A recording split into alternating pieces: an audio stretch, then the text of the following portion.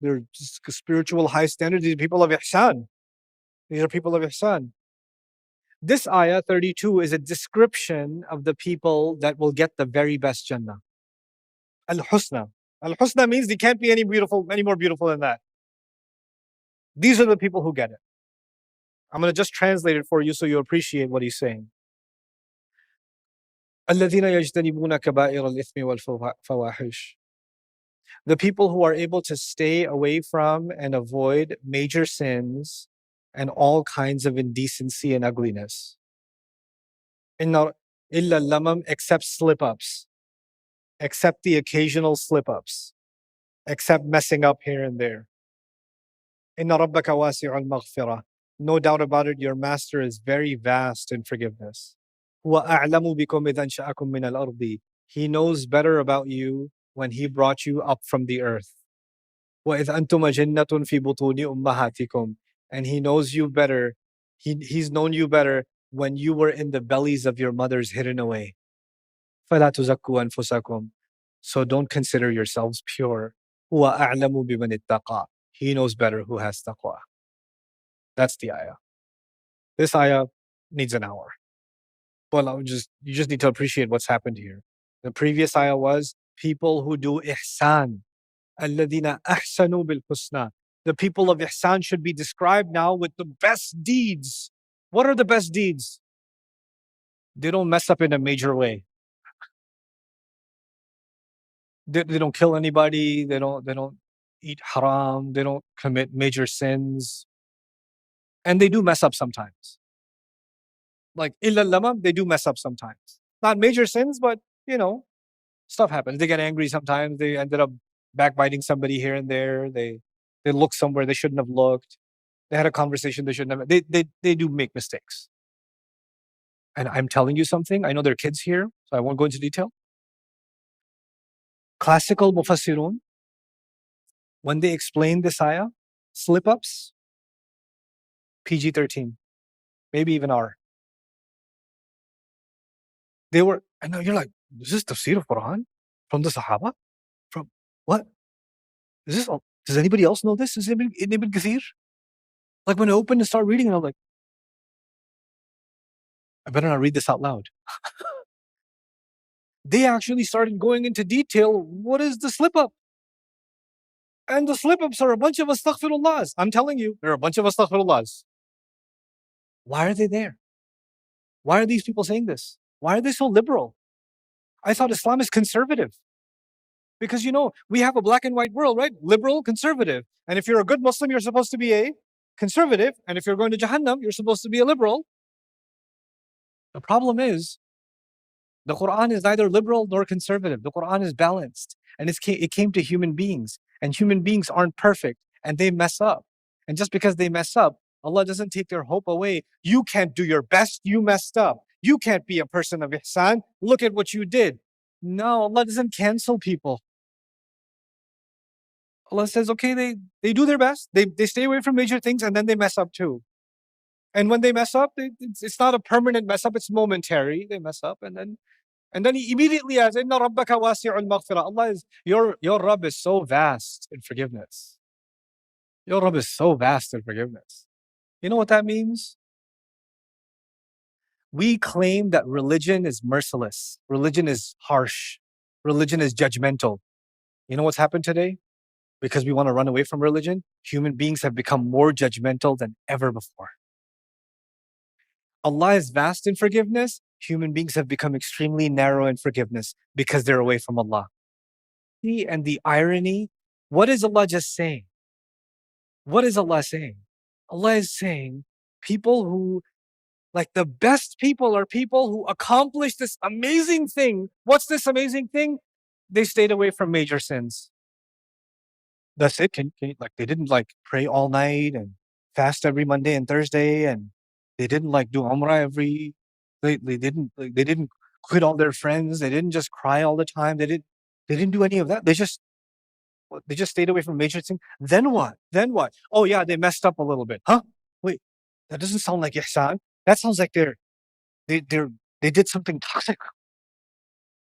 They messed up. How can you They can't be part of this ayah. Yeah, you didn't decide that it's Allah. And he says, well, I'm not that forgiving. Yeah, you're not that forgiving. Inna rabbaka wasi'ul maghfirah. Your Rabb is vast in forgiveness, which is an interesting indication that you're not vast in forgiveness. This religion came to open the doors of rahmah for people. There are people in your family you've had an argument with, they messed up, they said something, stuff happened. So far from what Allah says. Here we are looking for the rahmah from Allah, begging for the rahmah from Allah, and we have no room for rahmah for each other. You know what? I've been trying to study Quran for 20 something years. I'll tell you something.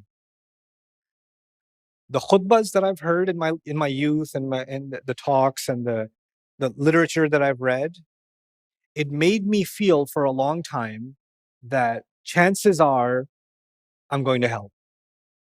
And so are most of you. Chances are. Because we're not going to make it. We're just not good enough. And the reason that's happened is because we're constantly compared to people that were amazing. So, and clearly I'm no Abu Bakr, you're no Umar, you're no Fatima, you're no Aisha. So we're basically meant for the grand barbecue. And then the khutbahs that I heard all these years, the thing that kept getting repeated is all the amazing people already died. And now we just have you.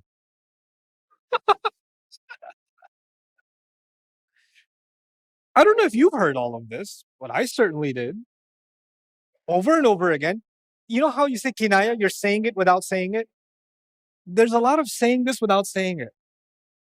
And Allah is angry with this person, and Allah will punish this, and Allah will get you for this. And look at what the Muslims are doing here. Allah will punish, Allah will punish, Allah will punish. Look at this haram, look at this haram, look at this haram. And yep, Allah is gonna punish. I don't think I'm gonna make it. This looks pretty bad. And they got a lot of dalil too. They quote a lot of ayat and hadith. And when they get to the ayat of like Jahannam, then the volume goes up. You ever notice that? The volume goes up whenever they talk about Jahannam?